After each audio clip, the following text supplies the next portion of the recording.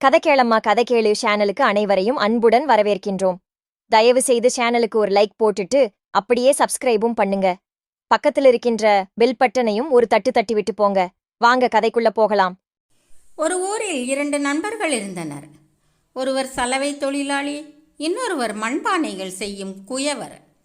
2 பேருமே அரசரிடம் வேலை செய்து வந்தனர். ஒரு நாள் 2 பேருக்கும் இடையே சண்டை மூண்டது. அவர்கள் தங்கள் குறைகளை தாங்களே தீர்த்து கொள்ளாமல் அரசரிடம் ஒருவரை பற்றி ஒருவர் குறை கூறிக்கொண்டே இருந்தனர். மண்பானை செய்யும் குயவர் சலவை தொழிலாளியை அரசரிடம் மாட்டிவிட வேண்டும் என்று எண்ணினார். அரசரை பார்த்து, அரசே, நமது பட்டத்து யானை கருப்பாக இருக்கின்றது. யானையை சலவை தொழிலாளியிடம் கொடுத்து துவைத்து வர சொல்லுங்கள் என்றார். அரசர் சொந்த புத்தியே இல்லாதவர். யார் எதை சொன்னாலும் அப்படியே பின்பற்றுபவர். அவர் எதை பற்றியும் சிந்திக்காமல் சலவை தொழிலாளியை கூப்பிட்டு யானையை வெளுத்து வரும்படி கூறினார். உடனே சலவை தொழிலாளி அரசரை பார்த்து, அரசே, யானையை வெளுத்து விடலாம்.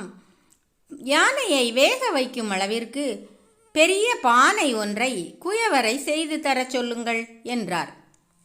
அரசர் குயவரை கூப்பிட்டு யானையை வேக வைக்க பெரிய பானையை செய்து கொடு என்று ஆணையிட்டார்.